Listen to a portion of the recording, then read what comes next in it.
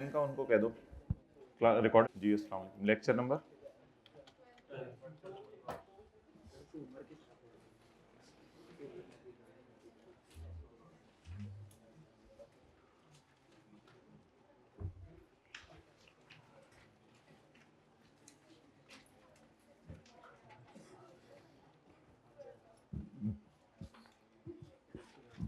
Okay.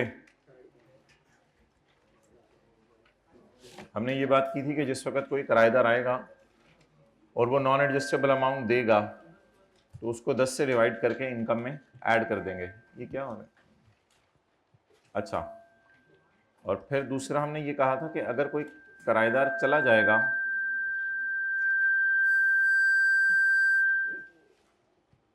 दूसरा हमने ये कहा था कि अगर कोई किराएदार चला जाएगा, मिसाल के तौर पे एक बंदा आया, वो लेके आया 12 लाख रुपए। अब अगर ये बंदा 12 लाख रुपए लेके आया है तो बताएं पहले साल इनकम में कितना ऐड होगा? नहीं, इसकी चार्जिंग के लिए कोई चीज चाहिए होगी। तो पहले साल कोई बंदा आया, कैमरा इधर कर दो। पहले साल कोई बंदा आया 12 लाख रुपए लाया 2020 में, तो 12 लाख ऐड होगा या 12 लाख का 1,20,000? 2021 में कितना ऐड होगा? 1 लाख। 2022 में कितना ऐड होगा? 1 लाख। अगर ये 23 में छोड़ के चला गया और कोई नया नहीं आया तो फिर 12 लाख डिवाइडेड बाय 10 1,20,000 आएगा या जीरो आएगा?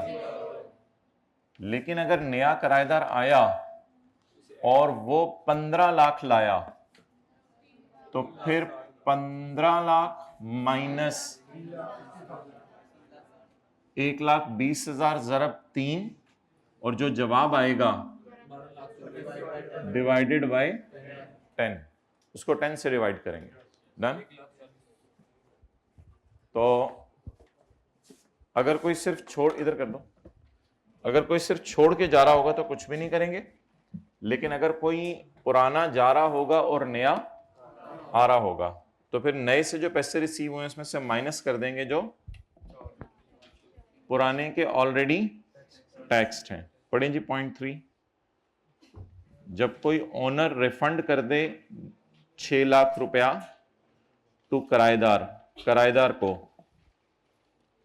क्योंकि रेंट एग्रीमेंट खत्म हो गया है, और ओनर अपनी बिल्डिंग को अगले किराएदार को दे दे, तो नए एडवांस में से पुराना माइनस कर दिया जाएगा under the head income of property in the year in which it was received and the following 9 tax years in equal proportion. भाई ब्लू शर्ट में भाई आओ जरा जल्दी जल्दी जल्दी, चलो आप आ जाओ आप आ जाओ आप आ जाओ। ओ भाई आप आ जाओ ना, जल्दी आ जाओ। हाँ हाँ हाँ जल्दी आओ। ला रहे हैं चार्जिंग केबल, वरना कोई और पेन देख लो। ये सुनाओ जरा पॉइंट 3 इंग्लिश में। इंग्लिश में? हाँ जी, इंग्लिश में नहीं सुना। आप आ जाओ, ये देख लें भाई, हालात देख लें।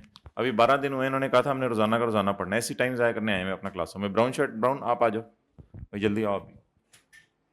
हाँ देख लो देख लो देख लो देख लो। जी सुनाओ। नहीं, उर्दू में पेपर तो इसमें इंग्लिश में आ रहा है। आई कैप से बात हुई, कहते हैं सारे पेपर इंग्लिश में आएंगे सब। हाँ कॉन्सेप्ट बताएं भाई। अगर न्यू किराएदार आएगा ना, पुराना नहीं छोड़ के नहीं जाना। नहीं, it is not so, you are supposed to tell me in English. Non refundable जो होगा इंग्लिश आप जाओ, अब कोई फायदा नहीं इधर खड़े रहने। ये देख लें, पहले दिन से पढ़ना था भाई, 12 दिन है, ये हालात हैं भाई। आप आओ, ये डंडा लेके आओ यार।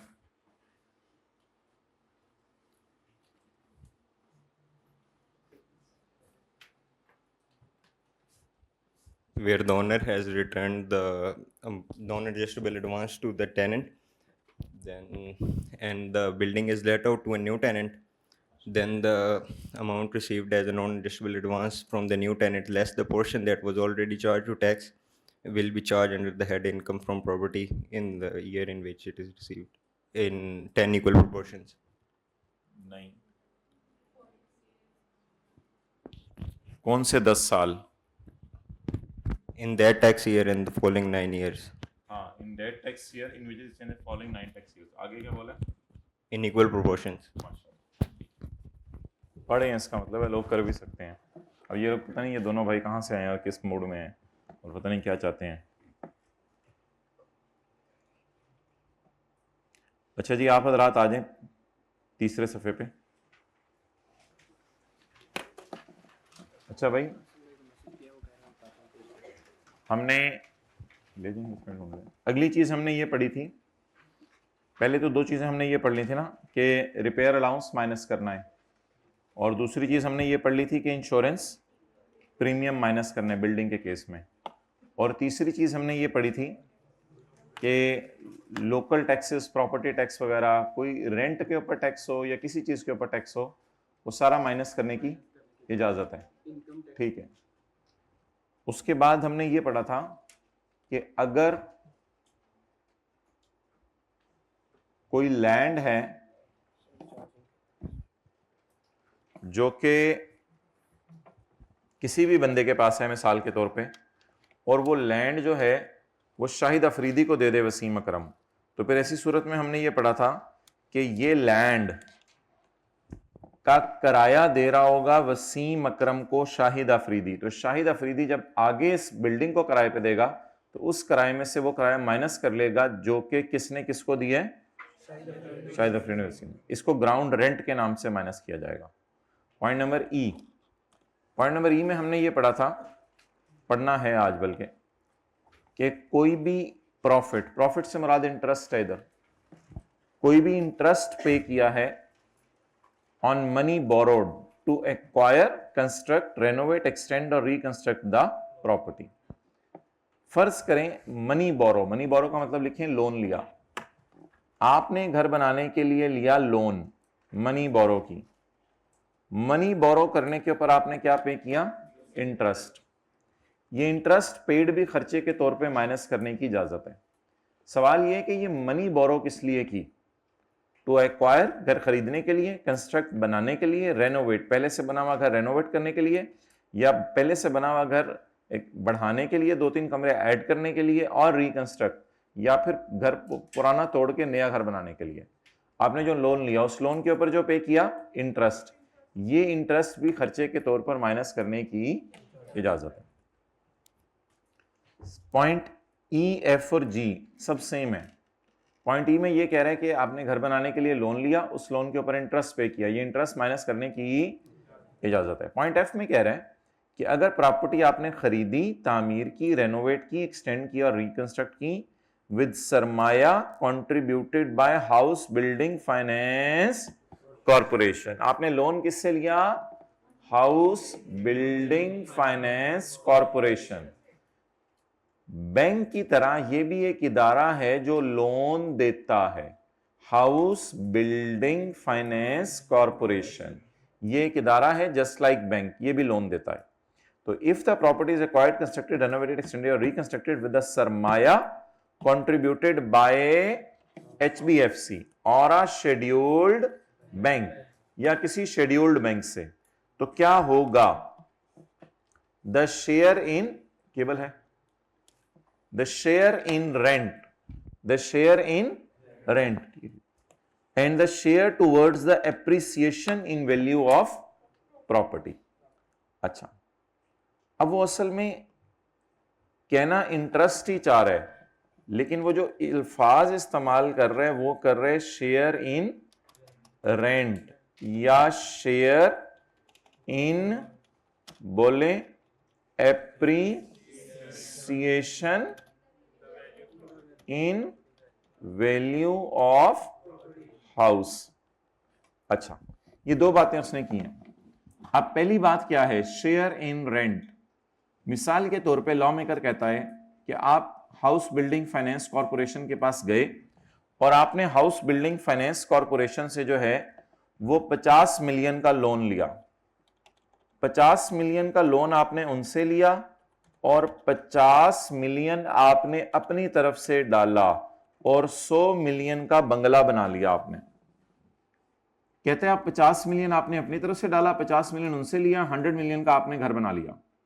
अब जब इस घर को आप दोगे किराए पर, तो इस घर का किराया मिसाल के तौर पे आएगा 5 मिलियन। इस घर का किराया कितना आएगा? इस 5 मिलियन में से आप 2.5 मिलियन दे देना बैंक को और 2.5 मिलियन रख लेना अपने पास। क्यों? इसलिए कि उसने आपको घर बनाने में मदद की थी, तो घर का किराया थोड़ा सा उसको दे देना, थोड़ा सा तुम रख लेना। अब वो कह रहे हैं कि असल में तुम उसको लोन पर इंटरेस्ट नहीं दे रहे, तुम उससे रेंट का शेयर दे रहे हो। तुम उसे क्या दे रहे हो? रेंट का शेयर दे रहे हो। हालांकि ये बात गलत है, ऐसी बात नहीं होती। अगर कभी घर किराए पे नहीं चढ़ता तो बैंक आपको ये नहीं कहता कि मैं आपसे लोन पे इंटरेस्ट नहीं लूंगा। बैंक ने जो आपको लोन दिया हुआ है, बैंक आपसे हर सूरत में उस पर इंटरेस्ट लेगा, चाहे पूरा साल भी आपका घर किराए पे ना चढ़े। लेकिन इस्लामी जमहूरिया पाकिस्तान थी, इसलिए उसने इंटरेस्ट का लफ्ज़ इस्तेमाल नहीं किया। उसने कहा मैं तो बैंक से लोन लेके उसे इंटरेस्ट पे नहीं कर रहा, तौबा तौबा, मैं तो उसे किराए का हिस्सा पे कर रहा हूं। हालांकि ऐसा नहीं है, चाहे ये घर आपका किराए पे चढ़े ना चढ़े, बैंक आपसे इंटरेस्ट लेता है और मस्ट लेता है। तो अब लिखने की तो कोई जरूरत नहीं, ऐसी कोई मैंने टेक्निकल बात तो लिखी नहीं जिसको आप एग्जाम्पल पूरे लिख रहे हो। तो शेयर इन रेंट ले रहे, शेयर इन रेंट ले रहे, तो उर्दू में लिख लें, बैंक ने और हमने पैसा डाल के घर बनाया। कहीं सफे के ऊपर नीचे, बैंक ने और हमने पैसा डाल के घर बनाया। अब हम बैंक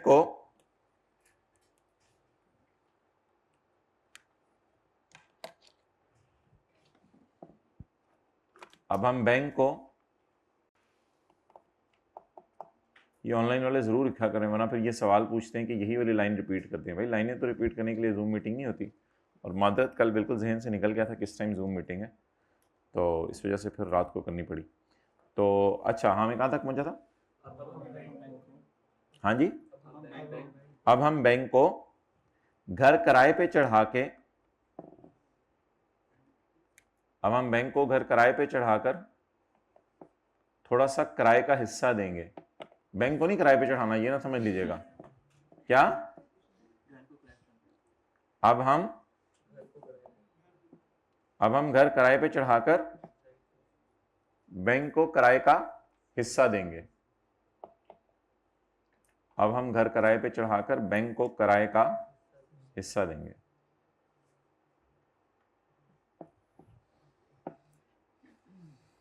जी पूछें सवाल हाइब्रिड में, हाथ खड़े करने की जरूरत नहीं होती, बस डायरेक्ट पूछ लिया करें।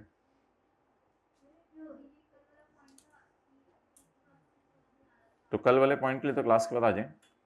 कल क्लास में पूछना था ना पॉइंट, कल क्यों नहीं पूछा? क्या? मुझे नहीं आवाज़ आ रही आपकी, बिल्कुल आवाज़ नहीं आ रही। अब आहिस्ता हो गया। हाँ क्लास के बाद पूछ लें।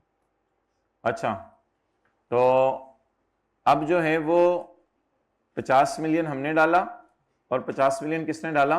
बैंक ने। टोटल कितना हो गया? 100 मिलियन। इस 100 मिलियन से हमने घर बनाया, घर बना के घर को किस पे दिया? किराए पे। तो वो कह रहे किराए के हिस्सेदार अब दो हैं, थोड़ा सा किराया आप रख लो और थोड़ा सा पैसा उसने डाला हुआ है, थोड़ा सा किराए का हिस्सा बैंक को दे दो। If the property is acquired, constructed, renovated, extended or reconstructed with the पैसा contributed by HBFC or a scheduled, the share in rent bank को दे दो। बैंक को क्या दे दो? the share in rent। ये आपको फिर खर्चे के तौर पे माइनस करने की इजाजत है। Following deductions will be allowed under the heading of property, क्योंकि एक तरह का आप सॉर्ट ऑफ इंटरेस्ट ही दे रहे हो बैंक को।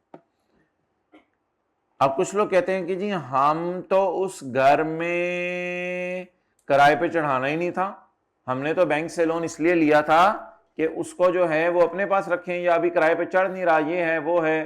तो ये क्या बात हुई? शेयर इन रेंट तो हम बैंक को नहीं दे सकते, अभी तो घर किराए पे नहीं चढ़ा, तो थोड़े देर से बाद चढ़ेगा। तो बैंक तो लॉ मेकर कहते हैं अच्छा चलो ठीक है। फिर आमतौर पर घर की वैल्यू तो बढ़ ही रही होती है, क्योंकि पाकिस्तान में ज़मीन की वैल्यू बढ़ती रहती है। तो फिर आप इस तरह समझ लो कि आप बैंक को किराए का हिस्सा नहीं दे रहे, बल्कि आप बैंक को शेयर दे रहे हो इन appreciation in value of.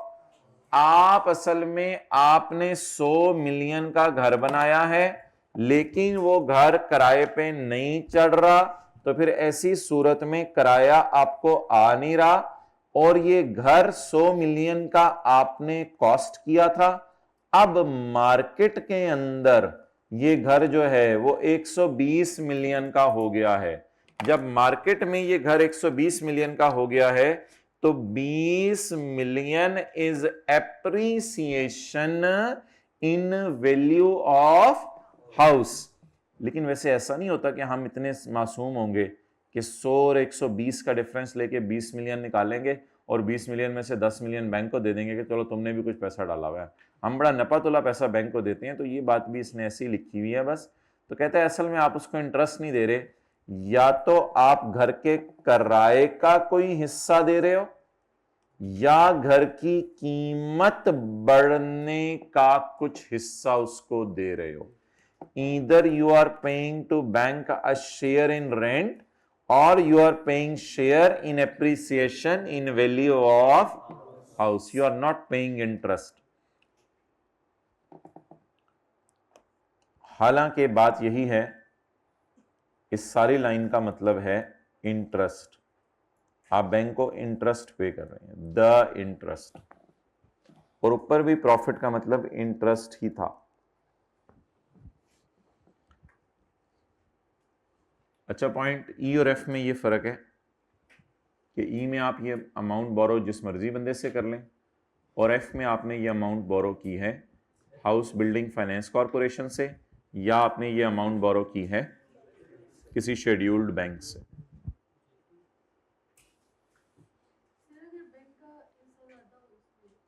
Bank का हिस्सा ज़्यादा हो कम हो उससे कोई फ़र्क नहीं पड़ता, बस जो बैंक को हम दे रहे होंगे वो हमें सवाल में फिगर दे देगा, उसको हम खर्चे के तौर पे माइनस कर देंगे। बराबर बराबर हिस्सा कोई डालना ज़रूरी नहीं है। अच्छा, अब पॉइंट जी भी वही है जो पॉइंट ई और एफ था। पॉइंट जी में उसने ये लिखा हुआ है कि कई दफ़ा ऐसा होता है आप बैंक से लोन लेने जाते हैं तो जो बैंक है वो कहता है कि मुझे अपनी प्रॉपर्टी मोर्टगेज पे रखवाओ। बैंक कहता है मुझे अपनी प्रॉपर्टी मोर्टगेज पर रखवाओ। तो फिर मोर्टगेज का मतलब होता है गिरवी रखवाना, यानी आपने अपनी प्रॉपर्टी के डॉक्यूमेंट्स बैंक को दे देने हैं, आप उस घर को बेच नहीं सकते। तो फिर ऐसी सूरत में भी जो बैंक को आप लोन के ऊपर इंटरेस्ट पे करेंगे वो खर्चे के तौर पे माइनस करने की इजाजत है। वेयर द प्रॉपर्टी इज मोर्टगेज्ड, ये कैपिटल चार्ज भी मोर्टगेज का ही है लफ्ज, मतलब mortgage. Where any property is mortgaged the profit और interest paid to bank, bank को जो आपने प्रॉफिट या इंटरेस्ट पे किया है वो क्या होगा, ऊपर से मिला के पढ़ें, following deductions shall be allowed. Following deductions allow हो जाएंगी, किस मद में अलाउ हो जाएंगी, हाँ जी, फॉलोइंग डिडक्शंस अलाउ हो जाएंगी क्योंकि आपने ये इंटरेस्ट पे कर दिया है, इसलिए ये इंटरेस्ट जो है वो खर्चे के तौर पर माइनस करने की इजाजत है।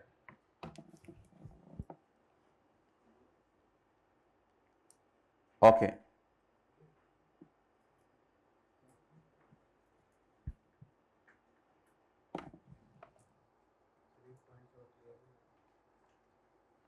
आप बैंक के पास गए, आपने बैंक को कहा मुझे लोन दे दो, बैंक ने कहा ठीक है आपको लोन दे देते हैं, लेकिन आप अपनी प्रॉपर्टी के डॉक्यूमेंट्स रखवा दो हमारे पास। तो ये तो एक इंडिपेंडेंट बात है, बस जो बैंक को आप अब लोन के ऊपर इंटरेस्ट देंगे वो इंटरेस्ट खर्चे के तौर पर माइनस करने की इजाज़त है। जी जो कह रहे थे क्लियर नहीं हो रहा। सर अगर हमने अपने घर का जो जिसमें हम रह रहे हैं उसके डॉक्यूमेंट्स रखवा रहे हैं, उसके ऊपर हम लोन पे कर रहे हैं, इंटरेस्ट पे कर रहे हो, तो वो माइनस करेंगे इनकम रेंट फ्रॉम रेंट से? नहीं वो तो आपने फिर किराए पे चढ़ाई ही नहीं, तो फिर उसकी तो कोई तुक नहीं होगा। घर है, एक घर हमने रेंट नहीं नहीं नहीं नहीं नहीं नहीं नहीं नहीं नहीं नहीं, जो घर आपने किराए पे दिया होगा उसी के खर्चे माइनस होंगे। अच्छा जी,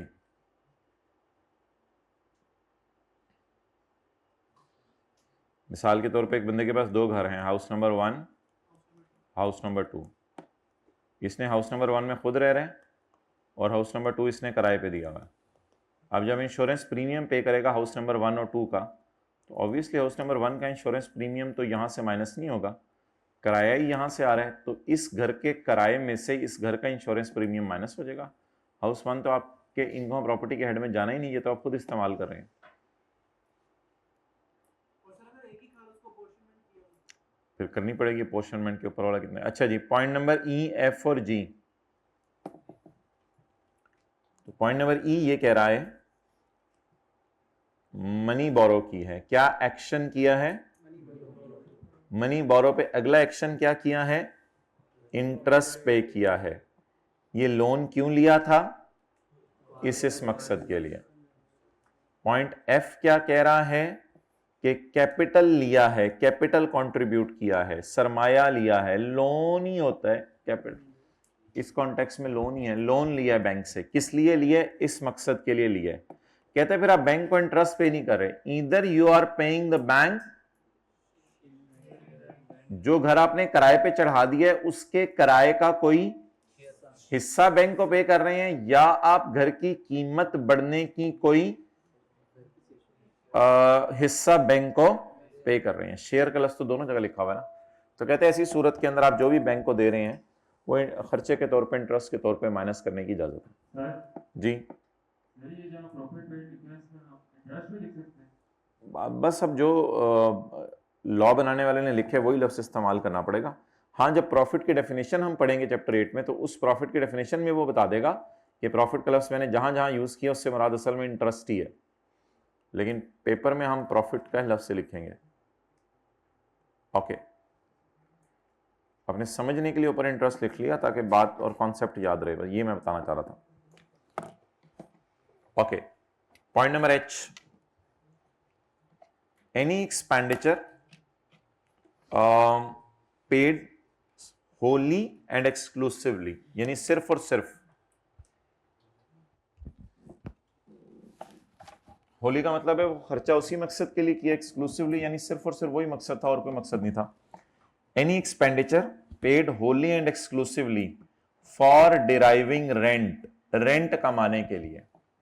कोई भी खर्चा जो आप रेंट कमाने के लिए करें, including admin charges, including collection charges, कोई भी खर्चा, एनी खर्चा पेड सिर्फ और सिर्फ for deriving rent, including admin charges, including collection charges, up to lower of.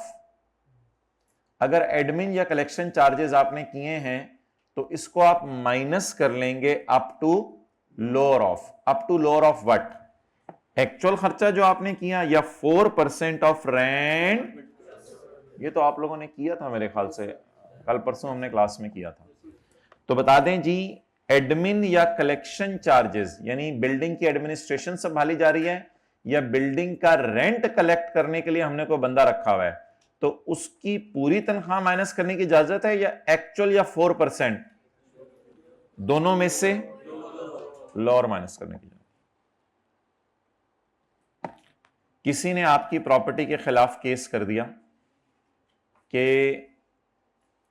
ये प्रॉपर्टी मेरी है, तो आप रोने लग गए। आपने कहा नहीं नहीं नहीं ये तो मेरी है, उसने कहा नहीं भाई ये मेरी है। अब आप कोर्ट चले गए, कोर्ट में आपने उसके खिलाफ केस कर दिया। अब आप कोर्ट में जाके डिफेंड कर रहे हो कि ये प्रॉपर्टी मेरी है, तो अब आपने लीगल चार्जेस पे किए। अब आपने क्या पे किए? Legal charges. Legal charges pay किए to defend the ownership of property. आपने प्रॉपर्टी की ओनरशिप लेने के लिए लीगल, वो प्रॉपर्टी की ओनरशिप तो आपके पास है, उसको डिफेंड करने के लिए आपने लीगल चार्जेस पे किए। या कोई भी case connected with the property in court, कोई भी मसला हो गया उस प्रॉपर्टी का कोर्ट में। ये क्यों सोने के लिए क्लास नहीं बनी हुई? तो नींदें पूरी करके आया करें भाई, प्लीज खुदा के लिए इस तरह जुल्म ना करें अपने ऊपर। ये कुछ याद करके नहीं आ रहे, कुछ नींदें पूरी करके नहीं आ रहे, तो रेस्ट रूम है। लीगल चार्जेस पेड, आपने लीगल चार्जेस पे किए। अब मैं थोड़ी थोड़ी देर पढ़ाने के बाद आपको ऐसे कर दूंगा, legal charges paid to defend the title of property. जी क्या? हाँ लीगल, तो अगर मैं तो फिर तो legal charges paid to defend the title of the property और any suit connected with the renting of property in court. ये कोई भी सूट कोर्ट में जो चल रहा है, that all will be allowed as deduction. ये आपके बिजनेस नॉर्मल खर्चा है प्रॉपर्टी के हेड का, इसको माइनस करने की इजाजत है। अच्छा जी, बैड डेट माइनस करने की इजाजत है अगर 3 शराइत पूरी हो रही हो। बैड डेट माइनस करने की इजाजत है अगर 3 शराइत पूरी हो रही हों।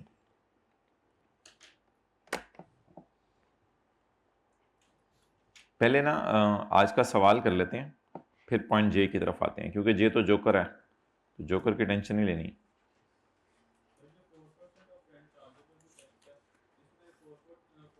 जी जी जी जी, इसमें फोरफिटेड डिपॉजिट आएगा। यही तो अभी न्यूमेरिकल्स में हम देखेंगे माय डियर। अभी आगे आगे देखो होता है क्या।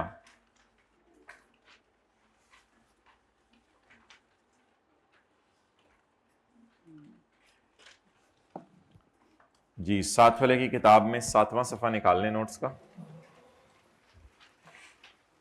Qasim and Talha, Qasim and Talha.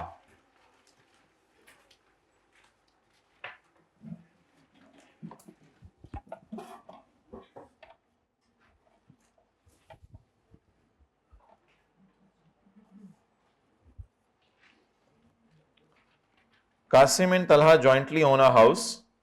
Qasim and Talha एक हाउस ओन कर रहे हैं लाहौर में।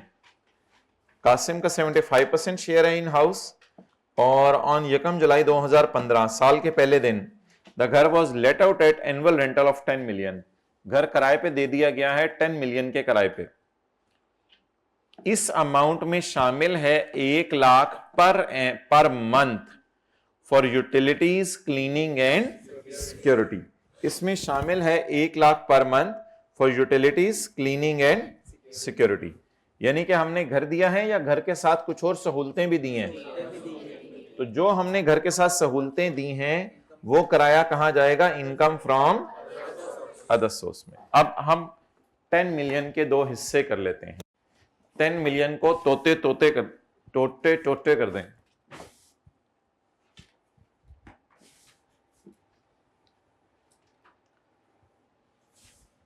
टीचर मिटा रहा होता है तो पुराने जमाने में लोग कहते थे नहीं नहीं नहीं नहीं नहीं, नहीं हम हमारे मिटाने के लिए। और आजकल अम्मी बर्तन धो रही होती हैं, जी अम्मी ये वाला भी प्लेट ले लें, अम्मी ये ग्लास भी ले लें, अम्मी अम्मी ये भी धो, ये भी, वो भी देख के आओ, अम्मी को देख के आओ प्लेट, वो भी। आजकल तो ये हालात हैं।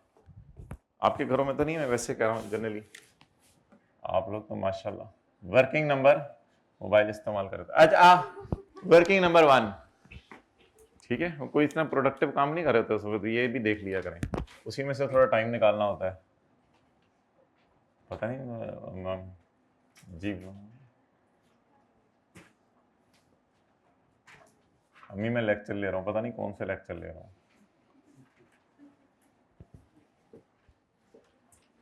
10 मिलियन टोटल किराया कितना आया? 10 मिलियन। 10 मिलियन में से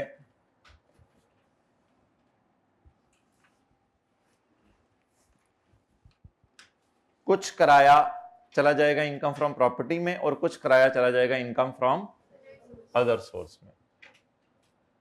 इनकम फ्रॉम प्रॉपर्टी और इनकम फ्रॉम अदर सोर्स।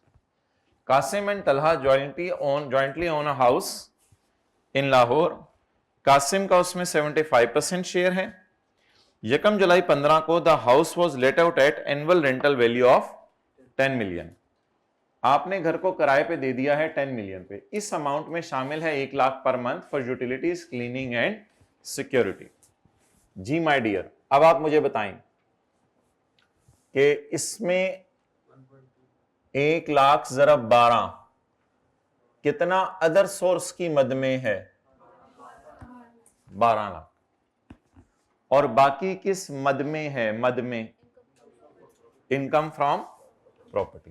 तो बैलेंसिंग बता दें कितना बनता है? 10 मिलियन माइनस 12 लाख, 8 00 000। तो 10 मिलियन में से आप 8.8 मिलियन ले रहे हैं घर किराए पे देने के बदले और 1.2 मिलियन ले रहे हैं अदर सहूलतें देने का। ठीक है जी, नोट कर लें। पहला सफा छोड़ दें फेस के लिए, दूसरे सफे से वर्किंग शुरू कर दें।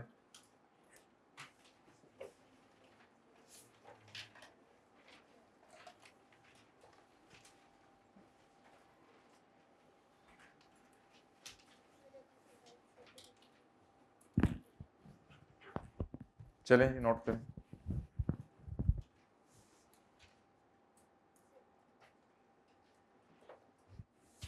ओके,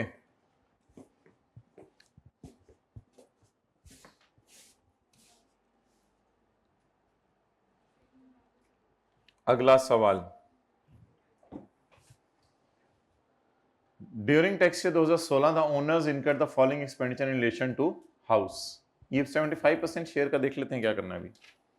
ओनर्स ने ये खर्चे किए हैं, बिजली के बिल पे किए हैं, सिक्योरिटी चार्जेस पे किए हैं, क्लीनिंग एक्सपेंसेस पे किए हैं स्वीपर को। असल में हम उससे 1 लाख इसलिए ले रहे थे कि हम उसको बिजली देंगे, उसको तो नहीं बिजली देंगे सॉरी, यानी उसकी बिल्डिंग में बिजली की सहूलत देंगे, उसको क्लीन कर दिया सॉरी उसके घर की सफाई करा दिया करेंगे, सफाया, और उसको सिक्योरिटी गार्ड की सहूलत देंगे। तो ये हमने चंद सहूलतें उसको दी हैं। इन सहूलतों के बदले हमारा, साई की तरफ देखा करें, इन सहूलतों के बदले हमारे खर्चे हो रहे हैं। इन सहूलतों के बदले हमारे, यानी कि हम बिजली का बिल पे कर रहे हैं बिजली की कंपनीज को, सिक्योरिटी चार्जेस पे करें सिक्योरिटी गार्ड को, और स्वीपर को कह रहे हैं कि तुम जाके सफाई सफाया कराया करो। तो 5 लाख रुपया हमारा खर्चा आया है 12 लाख कमाने के लिए। 1 लाख मल्टीप्लाइड बाय 12, वो कमाने के लिए 5 लाख हमारा खर्चा आया है। तो ये तो खर्चा चला जाएगा इनकम फ्रॉम अदर सोर्स में। Working 2, income from other source, abbreviations बेहतर है यूज ना करें। Income from other source,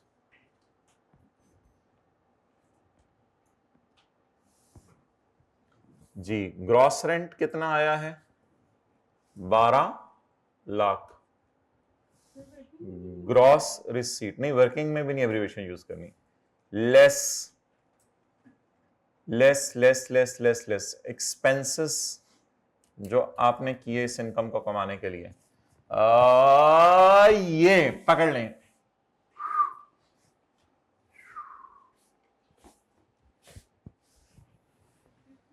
$5 lakh.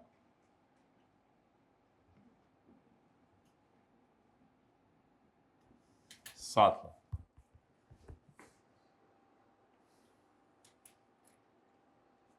साथ वाले को मुस्कुरा के घूर के देखें और आगे चलें। चलें, वर्किंग नंबर 3। सुबह आते उसको ऐसे फ्रेश कर दिया करें।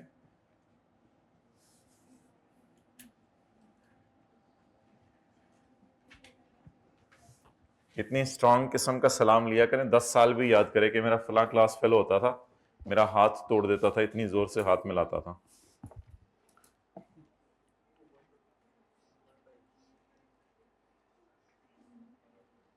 अच्छा जी, नेक्स्ट जी, आगे पढ़िए।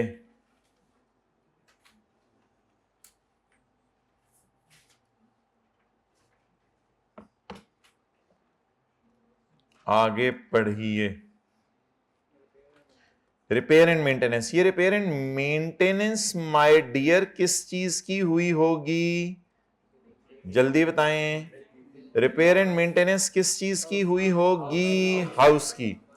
क्या रिपेयर एंड मेंटेनेंस पूरी माइनस करने की इजाजत है या repair and maintenance allowance minus करने की इजाजत है? तो उंगली रखें 4.5 लाख पे, उंगली रखें और उंगली रख के बोले हाँ, यानी से इग्नोर कर देना। हाँ करके इधर आना है आपने पेपर में, हाँ करके इधर आना है जी। ग्रॉस रिसीट कितनी है? किराया जो आ रहा है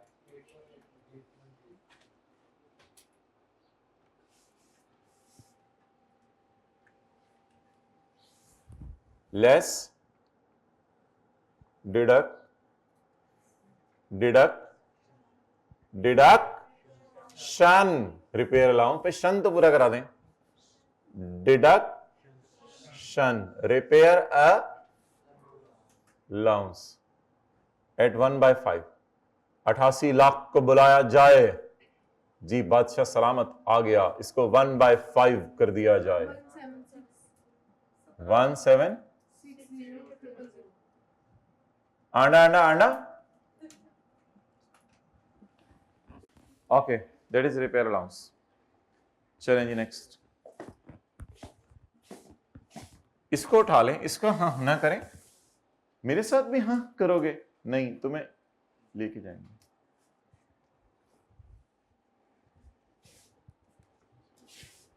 इंश्योरेंस बोले तो बोले, बोल दी तो कलेक्शन चार्जेस,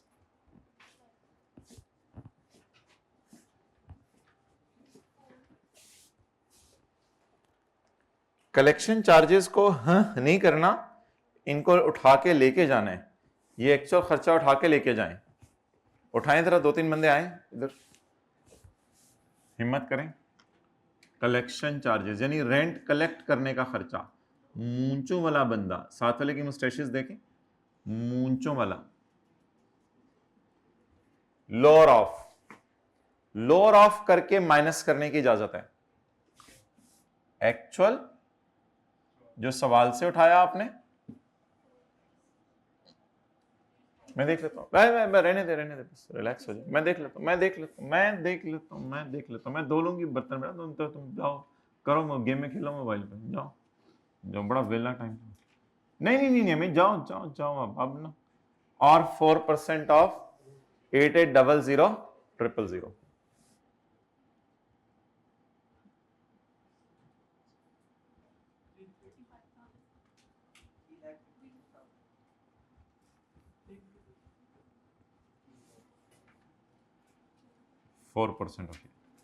इसमें से और इसमें से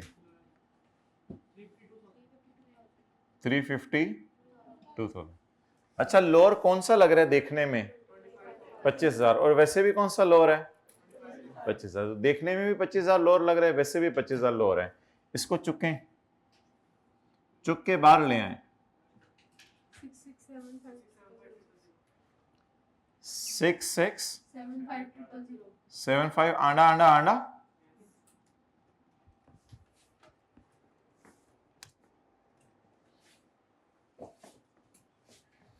अब थोड़ा साथ वाले को जरा टेक लगवा दें, वो ऐसे बैठा होता है जैसे पता नहीं वो टेक्निकल चीज चल रही है, तो जरा टेक लगवा दिया करें थोड़ी देर बाद। रिलैक्स होकर बैठ, कुछ भी नहीं है, आराम से कर, हो जो चीजें हो रही हैं समझ आया, ऐसे पता नहीं भी क्या। तो सबसे पहले रिलैक्स जरूर हुआ करें, रिलैक्स होकर बैठा करें, फिर चीजें समझ आएंगी।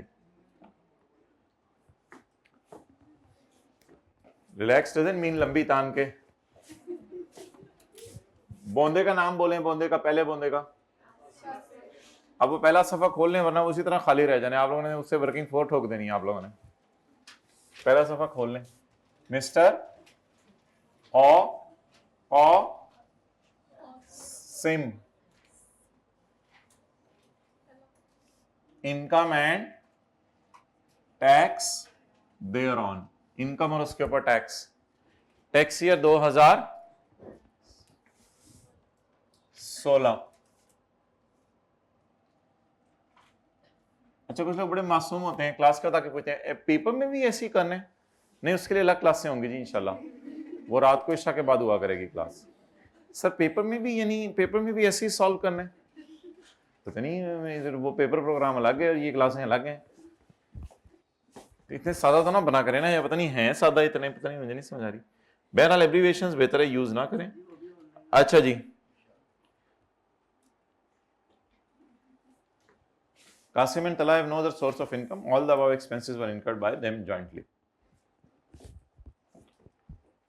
अच्छा जी, अब इनकम फ्रॉम प्रॉपर्टी बता दें जी।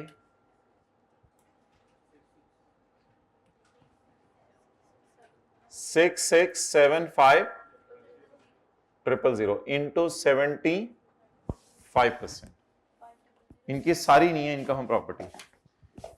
कासिम ऑन 75%। अच्छा, एक कॉन्सेप्ट है जो हम चैप्टर 12 में पढ़ेंगे, उसको ईओपी कहते हैं। उसमें समझा जाता है कि दोनों पार्टनर्स का इकट्ठा टैक्स निकालना है। लेकिन अभी कल मैं आपको एक प्रोविजन पढ़ाऊंगा जिसमें लिखा होगा कि अगर हम कभी घर किराए पे दे देना और 75% घर मेरा और 25% किसी और का हो, तो उसमें हम उन दोनों को इकट्ठा नहीं समझेंगे, उन दोनों का हिस्सा अलग अलग निकालेंगे। तो इसलिए फिलहाल इसकी प्रोविजन हम कल पढ़ेंगे, जिसमें एक जगह लिखा होगा कि अगर एक बंदा दूसरे बंदे के साथ मिलकर घर बनाए और दोनों घर किराए पे दे दें तो किराए को दोनों के लिए अलग अलग किया जाएगा। तो अब कासिम का हिस्सा कितना है? 75%।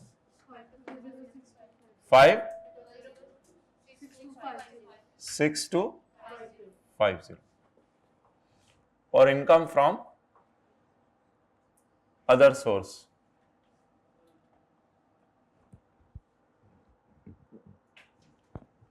7 lakh multiplied by 70 525,000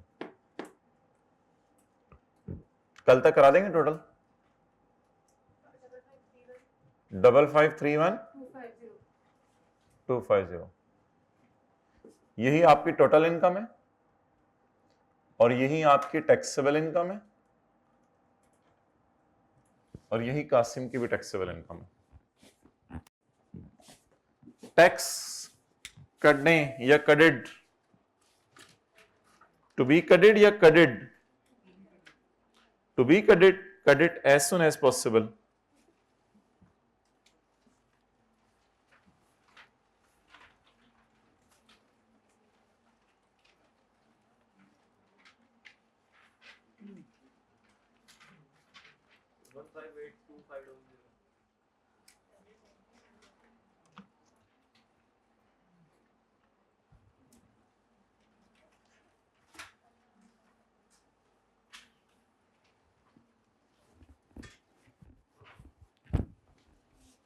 ji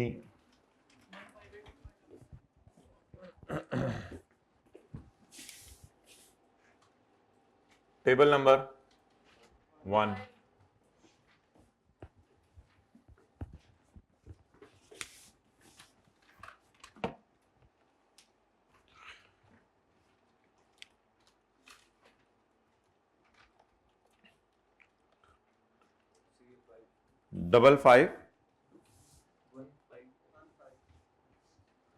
55,31,250 serial number 5 6,50,000 जमा 40% ऑफ अमाउंट एक्सीडिंग 32 लाख।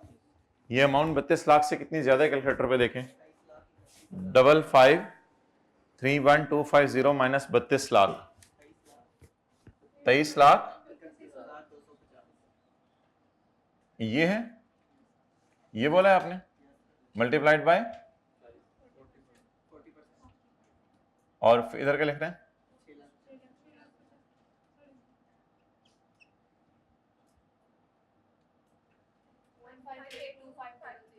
158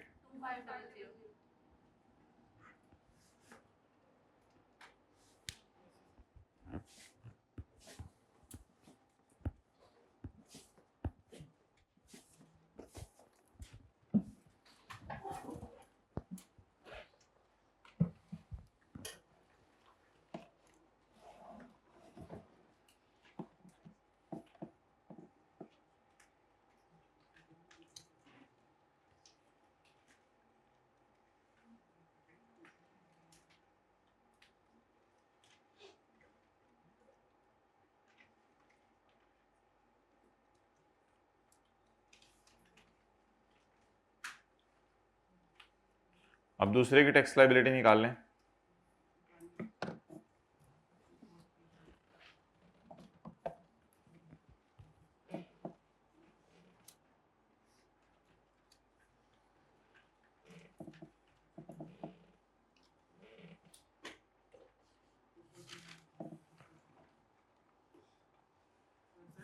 जी भाई ये तो बिल्कुल चैप्टर 12 की बातें शुरू हो गई हैं, चैप्टर 12 का वेट करें। अच्छा जी, अगला बंदा कौन सा है mister Talha? Income and tax thereon tax year 2016। इसकी बोलें भाई इनकम और प्रॉपर्टी कितनी है?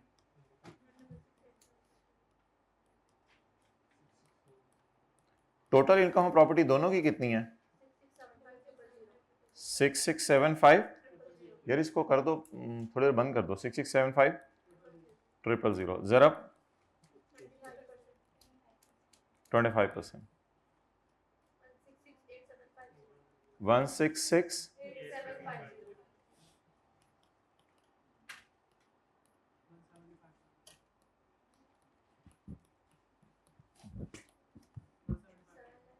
जी 7 लाख 1,75,000।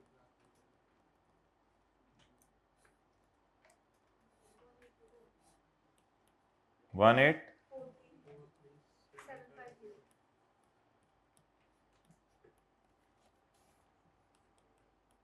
टोटल इनकम भी यही है और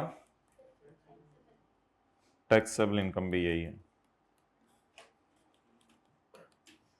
जी। टैक्स काटें, credit not credit, not credit please credit.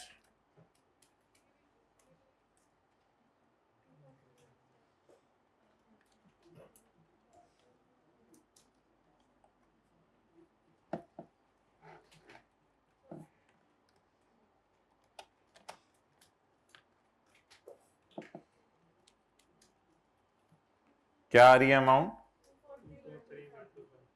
ये इसी बंद कर दो यार। 24 तो कौन सा सीरियल लगेगा? 1,17,000 जमा 30% ऑफ अमाउंट एक्सीडिंग 16 लाख। 1,70,000 जमा 30% ऑफ अमाउंट एक्सीडिंग 243,750।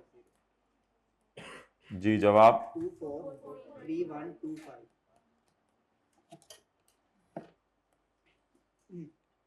हम्म।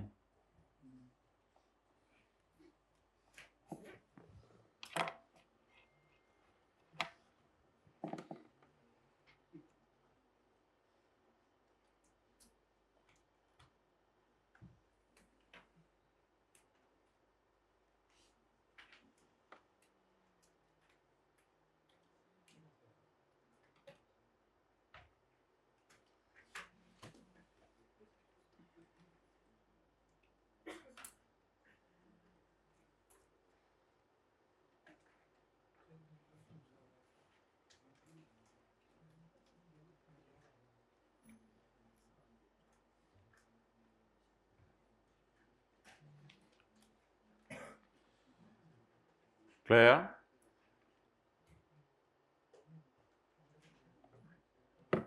चलें आगे।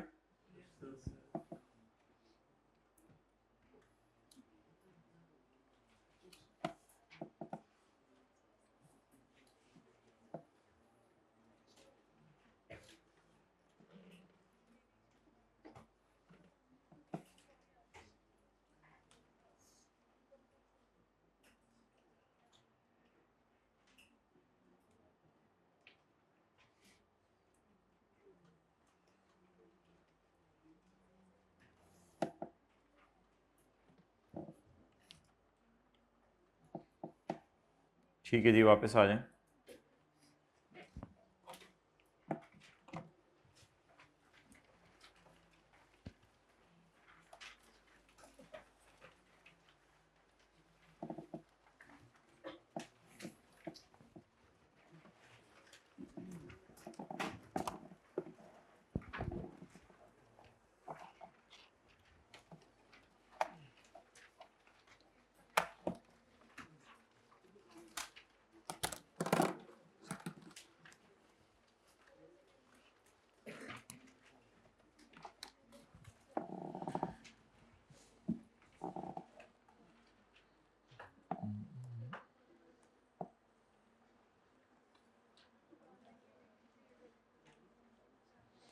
पता नहीं भाई आप लोग कब सीरियस होंगे। मुझे तो बड़ा अफसोस हुआ आज ये देख के कि आप लोग तो बिल्कुल सीरियसली पढ़ाई को नहीं ले रहे। आप ये भूल जाएं कि अगले आने वाले दिनों में मेरा सैलरी बिजनेस शुरू हो जाना है, ये बड़े बड़े चैप्टर, तो फिर आप लोगों को इन चैप्टर्स के रिवाइज करने का टाइम मिलना है, और तो सर को जाने का टाइम नहीं मिलना ईद के बाद आपको। अभी है, ईद की छुट्टियां आ रही हैं, कवर हो गया तो हो गया, वरना फिर आगे फिर आप अपने सब्जेक्ट के ऊपर जो नुकसान कर रहे हैं। और आई के उधर वेला नहीं बैठा हुआ सबको पास करने के लिए, जाएंगे पास होके आ जाएंगे, तो कुछ करना पड़ेगा। Tax year 2022, tax year 2023।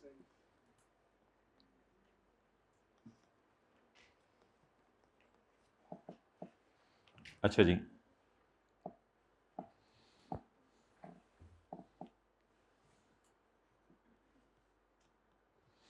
आप रेंट में लेके गए मिसाल के तौर पे 12 महीने ज़रब 1 लाख रुपया 2022 में, इसमें 3 महीने का रेंट रिसीवेबल था, वो रिसीव नहीं हुआ था, लेकिन आप इनकम में ले गए, कोई मसला नहीं। इसमें 3 महीने का रेंट रिसीवेबल था, तो रिसीव कितने का हो गया था? रिसीव कितने का हो गया था बताएं? 9 मंथ का। अच्छा, अब 2023 में क्या हुआ? 2023 के अंदर जो है वो बैड डेट हो गया। 2023 में क्या हो गया? बैड डेट हो गया, यानी वो बंदा पैसे लेके भाग गया। तो 2023 में आपका वो 3 मंथ ज़रब 1 लाख बैड डेट हो गया। अब अगर आप 2023 में कोई और भी घर किराए पे दे देंगे तो उसके किराए में से ये वाला बैड डेट माइनस करने की इजाजत है। तो बात यह है कि आपने 12 लाख रुपए किराए में डाला, उसमें 3 लाख रुपए ऐसा था जो मिला नहीं था। 9 लाख की तो कोई टेंशन नहीं, 3 लाख जब आप अगले साल लेने गए तो पता चला वो बंदा पाकिस्तान छोड़ के भाग गया है, तो फिर आपको ये बैड डेट माइनस करने की इजाजत है, तो ये डिडक्शन अलाउड है।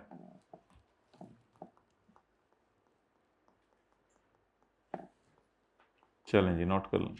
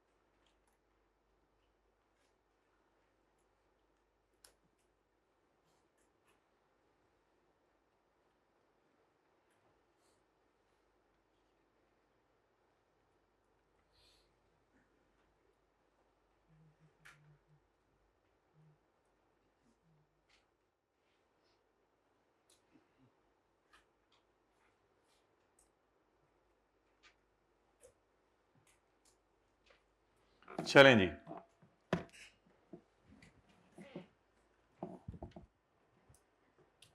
अगर कभी किराए को आप इनकम में ले गए तो अगले साल किराया रिसीव ना हो सके तो उसे आप कहां डाल दें?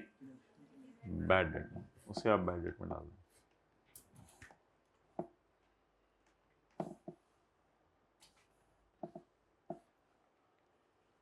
जब कोई मुनासिब ग्राउंड्स अवेलेबल हों, ये बात बिलीव करने के लिए that unpaid rent is irrecoverable, कि जो अनपेड रेंट है वो माय डियर क्या है? Irrecoverable. Unpaid rent is, what is paid rent? 9 lakh. What is unpaid? Where there are reasonable grounds that unpaid rent is a recoverable. जब आपको पता चल जाए कि unpaid rent is recoverable या irrecoverable, an allowance, एक अमाउंट माइनस करने की इजाजत होगी इक्वल टू अनपेड रेंट। ये कोई 1/5 टाइप नहीं होगा। An allowance equal to unpaid rent, exact unpaid rent आपको माइनस करने की इजाजत है। Exact an amount equal to unpaid rent.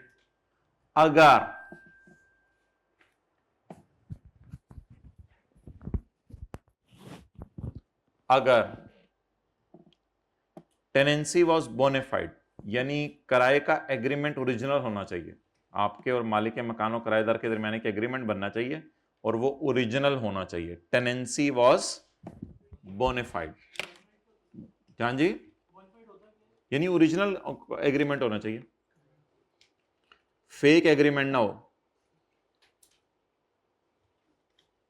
Original agreement होना चाहिए। ओके, लिख लें बोनेफाइड को अंडरलाइन करके। जेन्युइन, यानी जेन्युइन टेनेंसी का एग्रीमेंट हो, फेक ना हो, real, genuine, authentic. Tenancy was bona fide, किराए का एग्रीमेंट रियल होना चाहिए, फेक नहीं होना चाहिए। The defaulting tenant has vacated the property, और ये बैड डेट सिर्फ तब माइनस करने की इजाजत है जब किराएदार जिसने डिफॉल्ट किए पैसे लेके भागे, उसको घर से हमने धक्के देके निकाल दिया हुआ है। The defaulting tenant has vacated the property, उसने घर अब छोड़ दिया हुआ है। या फिर हम घर छुड़वाने जाते हैं, हम बंदा लेके जाते हैं, वो बंदे लेके आ जाता है, कहता है छुड़वा के देखो। हम छड़ी लेके जाते हैं, वो बंदूक लेके आ जाता है, कहता है रहूंगा भी इधर ही और किराया भी नहीं दूंगा, कर लो जो करना है। इतना मजबूत तगड़ा बंदा है कि हम हमारी आगे चलती नहीं, हम कहते हैं जी, जी। और स्टेप्स हैव बीन टेकन, या मैंने पूरी कोशिश कर ली है, उसको जोर लगाया है टू वेकेट द प्रॉपर्टी, कि वो प्रॉपर्टी वेकेट कर दे, लेकिन नहीं कर रहा, कहते कर लो जो करना है। और दूसरी शर्त साथ ये भी है कि डिफॉल्टिंग टेनेंट जो है आपकी किसी और प्रॉपर्टी का कब्जा भी ना रखता हो, यानी कोई और अगर आपका घर है उसमें भी वो नहीं होना चाहिए, या उसके बीवी बच्चे ना हो, उधर से भी उसको निकालें। या फिर इधर भी आप साबित कर दें कि हमने तो निकालने की कोशिश की है, वो कहता है या तुम दुनिया से जाओ या मुझे निकालो, बहुत बात बढ़ चुकी है।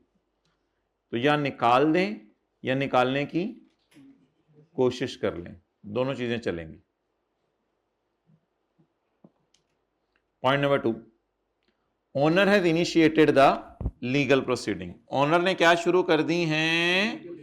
Legal proceedings. ओनर ने शुरू कर दी हैं लीगल प्रोसीडिंग्स, यानी कोर्ट में इसके खिलाफ केस कर दिया कि ये बंदा मेरे घर पे कब्जा करके बैठा हुआ है और ये बंदा जो है वो मुझे किराया भी नहीं दे रहा, या घर से मैंने निकाल दिया है और किराया नहीं दे रहा।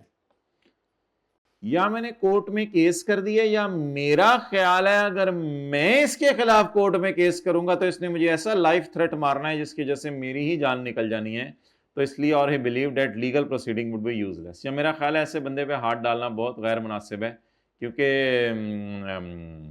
ये कुछ भी कर लेगा, तो इसलिए आप सोच रहे हैं कि ऐसे बंदे पे केस ना ही करो तो बेहतर है। मशहूर ज़माना इलाके का बदमाश है ये।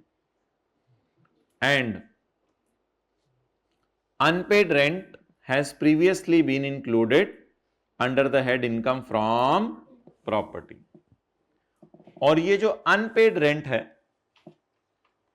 That has been previously included under the head income from property, ये पास्ट में इनकम फ्रॉम प्रॉपर्टी के हेड में जा चुका है। देख लेना, सेल में भी तो यही होता था, आपने सेल की, debtor debit, cell credit, debtor पैसे लेके भाग गया, bad debt debit, debtor credit. यार वो ग्रे वाला पेन पता करें क्या, या कोई हो, bad debt debit, debtor credit.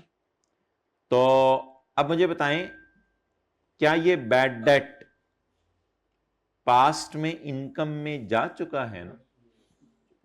तो ये तो आप लोग डेटर डेबिट सेल क्रेडिट वाली एंट्री में भी करते थे। तो तीसरी शर्त बताएं, ये बादत, बोले ये बैदत, आपने क्या बताया बादत क्या होता है? ये बैदत पास्ट में इनकम में जा चुका हो, under the head income from property, और उस पर टैक्स भी दिया जा चुका हो। टैक्स तो दिया जा चुका होगा ना, 12 लाख जब इनकम में गया होगा तो इस साल टैक्स निकला होगा। तो तीसरी शर्त यह है कि ये बैदत पास्ट में इनकम में जा चुका हो और उस पर आपने टैक्स भी दे दिया। द बैदत या the unpaid rent has previously been included under that income from and tax has been paid on it। चलें जी पढ़ लें इसको।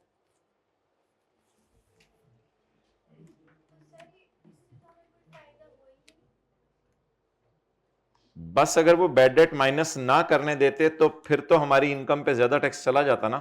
अब इस साल फायदा हो जाएगा, हम अगर कमाएंगे जितना भी 15 लाख 20 लाख रुपया, वो तो ऊपर मैंने लिखा नहीं, इस साल अगर हम 15-20 लाख रुपया कमाएंगे तो उसमें से 3 लाख माइनस करेंगे तो सेविंग तो हो जाएगी, हमें टैक्स की बचत हो जाएगी। टेनेंसी वॉज बोनेफाइड, ये बैड डेट माइनस करने की पहली शर्त ये है कि टेनेंसी वॉज, कि रेंट एग्रीमेंट रियल होना चाहिए और उसको हम घर से धक्के देके निकाल दें इज्जत से, और स्टेप्स हैव बीन टेकन, या पूरी कोशिश करें उसको मजबूर करने के लिए कि किराए का घर छोड़ दो, और साथ इसके अगर वो किसी दूसरे घर में भी हमारे रह रहा है, उसकी दूसरी बीवी उधर रह रही है तो उसको भी उधर से कट दें। बाजी जी अपने बाल बच्चे लेके जाओ, बाल तो खुद होती हैं वो, बच्चे लेके जाओ जी। क्लियर हो गया पॉइंट 1?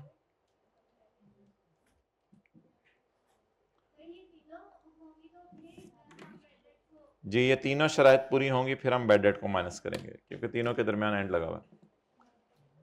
और उसके खिलाफ लीगल प्रोसीडिंग शुरू हो चुकी हैं, या हमारा ख्याल है कि उसके खिलाफ लीगल प्रोसीडिंग शुरू करने का कोई फायदा नहीं है, या तो उसके खिलाफ शुरू हो गई हैं या शुरू करने का कोई फायदा नहीं है। ठीक है जी, ओके। अनपेड रेंट यानी bad debt has been included under the head income from property, ये इनकम प्रॉपर्टी के हेड में जा चुका है, and tax has been paid on it, और इस पे टैक्स भी हमने पे कर दिया हुआ है। जी माय डियर, सवाल पूछ लें आप।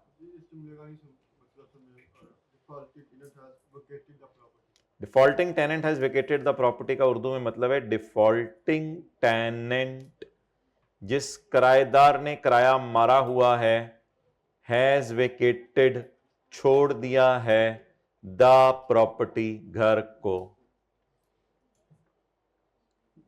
और स्टेप्स हैव बीन टेकन, या हमने कोशिश कर ली है, उसको हम मजबूर कर रहे हैं, खुदा के लिए छोड़ दे। वो कहते तेरी जान तो ले लूंगा, ये घर नहीं छोड़ूंगा। और डिफॉल्टिंग टेनेंट आपकी किसी और प्रॉपर्टी का कब्जा भी ना किया हो। तो जब ये तीनों शराइत पूरी हो जाएंगी तो बैड डेट माइनस करने की इजाजत है।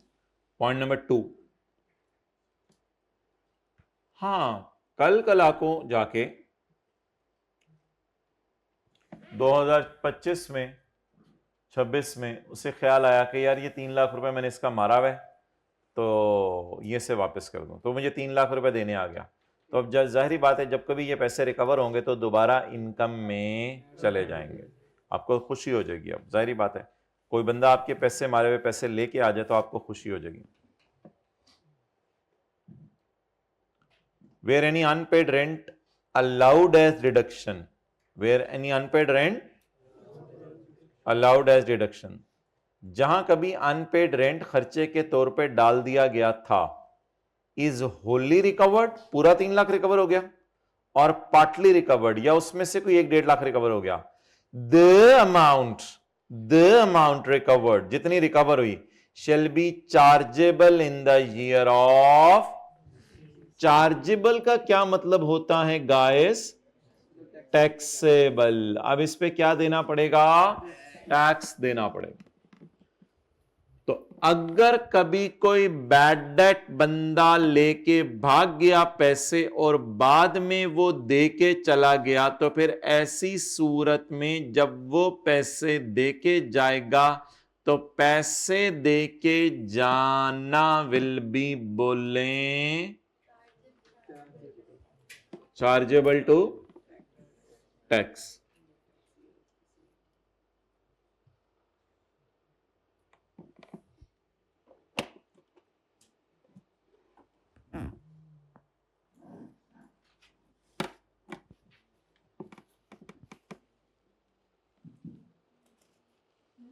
जी, point number I, legal charges paid. किसी ने आपके खिलाफ कोर्ट में केस कर दिया कि ये घर मेरा है, तो आपने लॉयर को पैसे दिए जिसमें आप अपनी प्रॉपर्टी का टाइटल डिफेंड कर रहे हैं। आप कह रहे हैं नहीं नहीं ये प्रॉपर्टी मेरी है, तो जाहिर बात है अगर आप कोर्ट में जाके केस लड़ेंगे तो लॉयर को तो पैसे देने पड़ेंगे, या कोई भी सूट है connected with the property in court. जी क्लियर? ओके।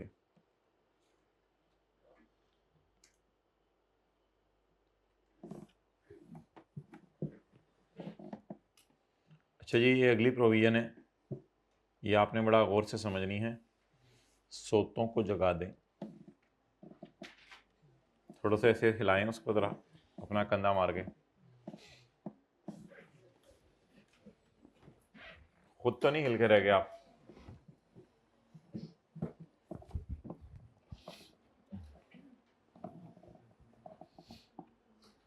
अच्छा जी,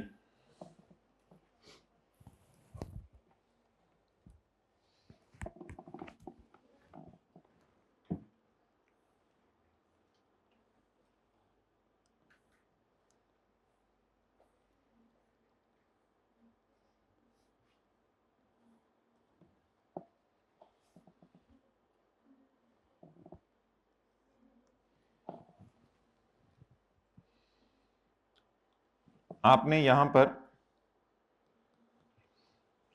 इंश्योरेंस एक्सपेंस पे किया, आपने यहां पर इंश्योरेंस एक्सपेंस पे किया।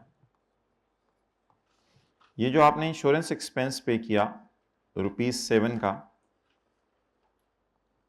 ये आपको खर्चे के तौर पे मैंने आपको बताया माइनस करने की इजाजत है। ये क्या हो गया? Deduction allowed. ये 2012 है, 13 है, 14 है, 15 है और 16। इंश्योरेंस एक्सपेंस आपको खर्चे के तौर पर माइनस करने की इजाजत है। उनको कोई नया पेन एक पड़ा हुआ है वो दे दें भाई। इंश्योरेंस एक्सपेंस आपको खर्चे के तौर पर बोले माइनस करने की इजाजत है। ₹7 आपको डिडक्शन अलाउ हो गया। अब अभी तक ये पेएबल है, आपने इसको पे नहीं किया, लेकिन फिर भी कोई मसला नहीं, हुकूमत ने आपको खर्चे के तौर पर माइनस करने दिया। हुकूमत ने कहा खैर है आपका खर्चा है, पे कर देना, कोई मसले वाली बात नहीं।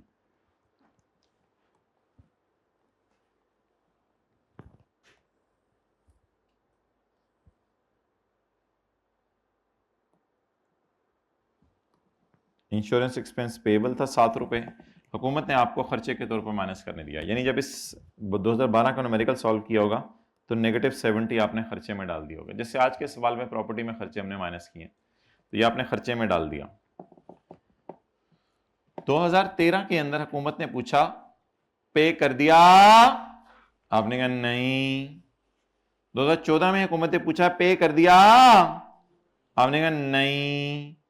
2015 में हुकूमत ने पूछा आपने पे कर दिया, आपने कहा नहीं। 2016 में हुकूमत ने पूछा पे कर दिया, आपने कहा नहीं। हुकूमत ने कहा देख मैं तेरे साथ क्या करती हूं, आपने कहा कर लो जो करना है, स्टिल अनपेड। तो उधार अगर 3 साल तक पे ना हो और चौथे साल भी फिर पे ना हो, तो ये आपकी इनकम में डाल दिया जाएगा। यानी जब आप 2016 का न्यूमेरिकल सॉल्व करेंगे तो उसमें 7 ऐड वाली साइड पे आएगा या लेस वाली साइड पे आएगा? ऐड वाली साइड पे आएगा। तो ये 7 रुपए आपकी इनकम में क्या कर दिए जाएंगे? ऐड कर दिए जाएंगे। तो ये होता है उधार वापस ना करने की सजा। इसके आगे 1-2 साल और छोड़ दीजिएगा, डायग्राम बना लें। 2017-18 का भी कुछ करना है मैंने। ये बड़ा इंपॉर्टेंट पॉइंट है आज का। अगर बाद में पे हो जाए के लिए वेट कर लें।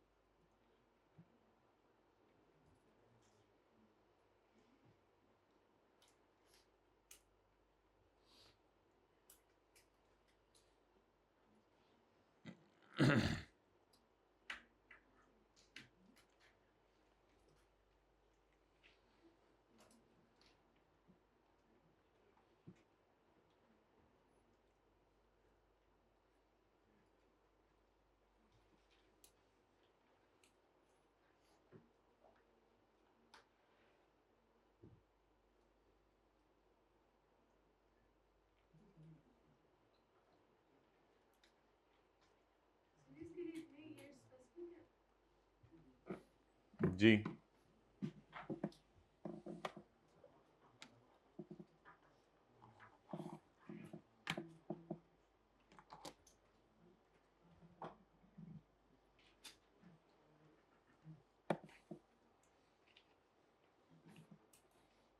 तो अगर कोई खर्चा आप पे ना करें तो उस खर्चे के पे ना करने की सजा ये मिलेगी कि वो इनकम में क्या कर दिया जाएगा।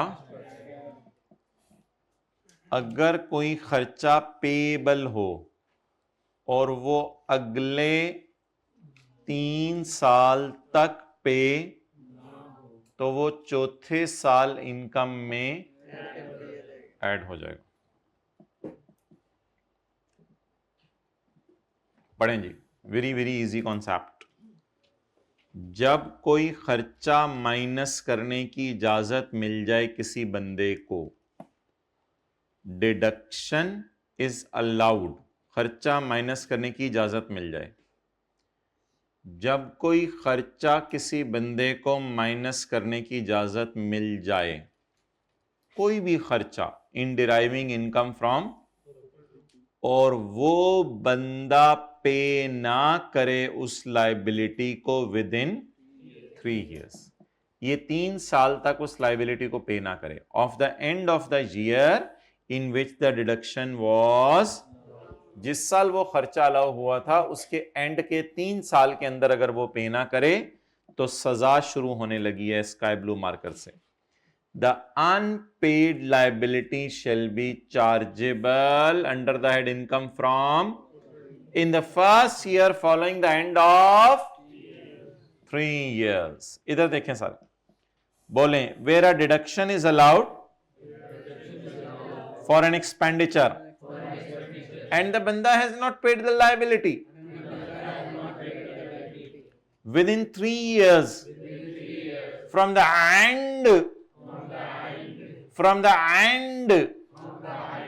of the year in which deduction was allowed, the unpaid liability shall be chargeable to tax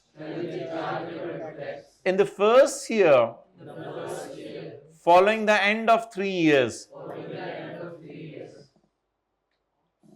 where a deduction is allowed for an expenditure and the banda has not paid the liability in 3 years from the end of the year in which deduction was allowed, the unpaid liability shall be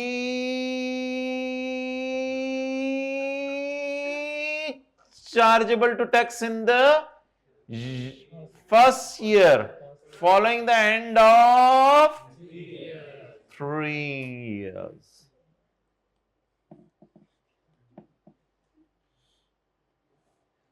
Where a deduction is allowed to a person for any expenditure in deriving income from, and the banda has not paid the liability, and the banda has in 3 years after the end of the year in which the reduction was, the unpaid liability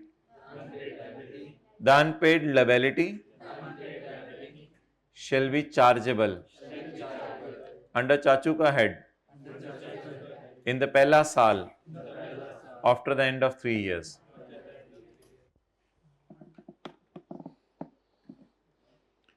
Where a deduction is allowed for an expenditure and the banda has not paid the liability in 3 years from the end of the year in which the deduction was allowed, the unpaid liability shall be chargeable to tax under the head income from property in the first year following the end of 3 years. For further details, you cannot contact me. Okay. पढ़ लें जी इसको एक आध दफा और.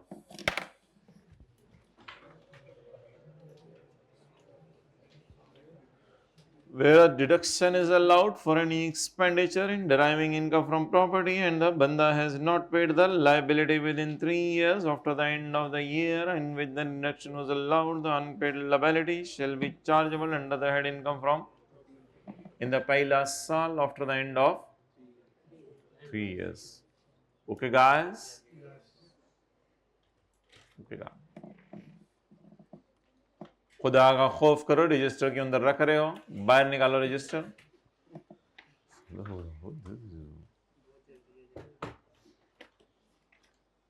नहीं, आप लोग ना कमेंट किया करो. आजकल असल में ये भाई तो कुछ नहीं कहते, आजकल ज़माना ऐसे किसी पे कमेंट करते हैं ना तो फिर छोड़ता नहीं कोई अगला. जवाब तो ज़रूरी देना होता है लोगों ने, नहीं चुप करना तो सीखा ही नहीं ज़िंदगी में. जैसे नहीं सर ये फिर चौड़े हो जाते हैं, आपको क्या पता, ऐसे ऐसी लॉजिक्स निकाली होती हैं. अच्छा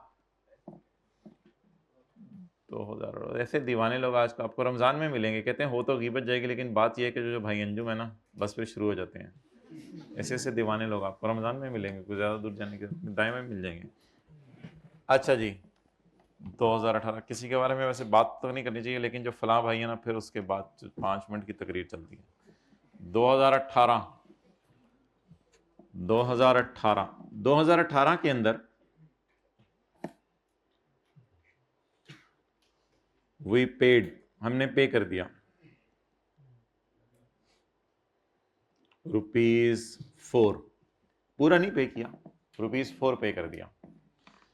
अब आपको खुशी की खबर मिलेगी ये 4 खर्चे में माइनस करने की इजाज़त है, ये 4 अब खर्चे में माइनस करने की इजाज़त है। हमने 4 पे कर दिया, अब ये 4 खर्चे के तौर पर बोले माइनस करने की इजाज़त है। ये जब भी पे कर दें, इसमें कोई लिमिट नहीं कि 2 साल बाद पे करें, 100 साल बाद पे करें, जब भी पे कर दें। तो ये जब भी आप पे कर दें, ये खर्चे के तौर पे आप माइनस करने की इजाज़त होगी। बाकी 3 रुपए तो जब कभी फिर पे करेंगे तो फिर दोबारा खर्चे में माइनस करने की इजाज़त मिल जाएगी। नहीं नहीं नहीं नहीं नहीं नहीं नहीं नहीं नहीं, ये 7 हर साल तो नहीं ऐड होगा, ये बस 7 एक दफ़ा ऐड हो गया तो हो गया, बस सजा एक ही दफ़ा देनी है, और क्या उसको जो है वो चित्तर मार मार के उसको लाल कर देना है। बस 7 एक ही दफ़ा इनकम में ऐड होगा।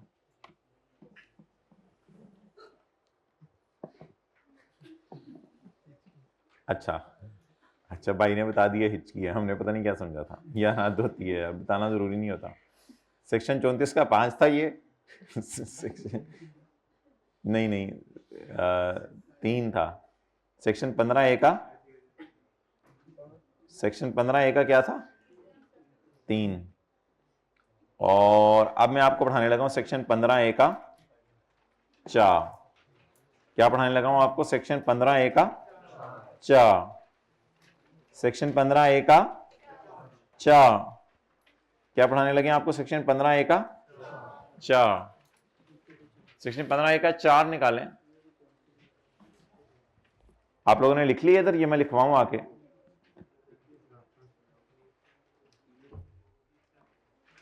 बेटा मैं खुद ही बर्तन धो लेती हूँ। जी अम्मी ठीक है, मैं फिर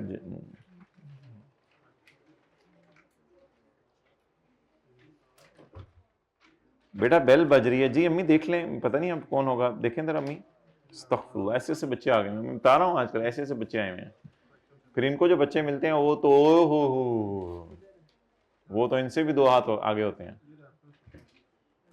पॉइंट नंबर 4, ऐसे ऐसे बच्चे वैसे मिले दुनिया के अंदर, अम्मी को कहते क्या बात है अम्मी, अस्तगफुरुल्लाह, ऐसे ऐसे ऐसे बच्चे आ रहे हैं आजकल। वो where an unpaid liability, where an unpaid liability, फिर कहते हैं पास नहीं होता paper, where an unpaid is taken to income as above, यानी पिछले पॉइंट में, पिछले पॉइंट को अबव क्यों कहते हैं? बिलो कह दिया करो, यानी अबव तो उत्ते है ना, तो थोड़ा जा उत्ते है तो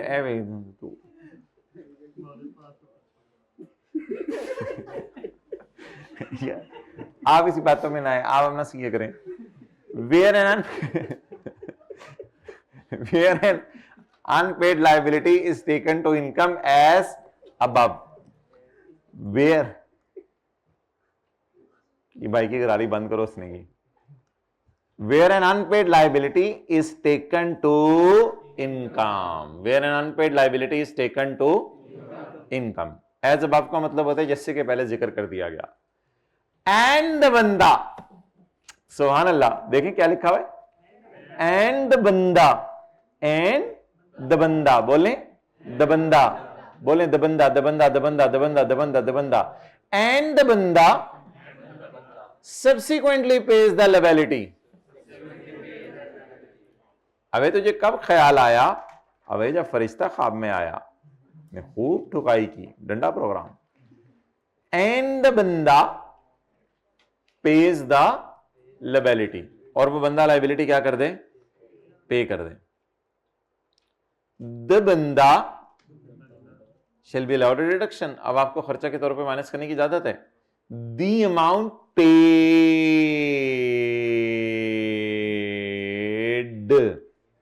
कितनी अमाउंट पेड? 4। तो जो आपने पे किया वो आपको माइनस करने की इजाजत होगी। In the year of payment बोलते हैं आप लोग, पेमेंट बोलते हैं, क्या बोलते हैं? अच्छा जी, अब इसको बार बार सुन लें। Where any unpaid liability is added in income as above, and the banda pays the liability, and the banda subsequently pays the liability. and the banda subsequently pays the, a deduction will be allowed in the year in which it is paid. अच्छा, अब आंखें खोल के देखें. Where an unpaid liability is added in income and the banda pays the liability subsequently, a reduction shall be allowed. A reduction shall be allowed in the year of payment. Where an unpaid liability is added in income and the banda subsequently pays the liability, a reduction will be allowed in the year in which it is paid. Okay, guy, you can go. साथ वाले को ले जाएं, वो इधर ही बैठा रहता है. थोड़ा सा बाहर जाएं, जनरेटर सेंटर दिखाएं इसको, मोटरसाइकिल दिखाएं इसको, गाड़ियां दिखाएं, इशारे पे ले जाएं, गुजरती हुई बसें मजदे दिखाएं, ट्रैक्टर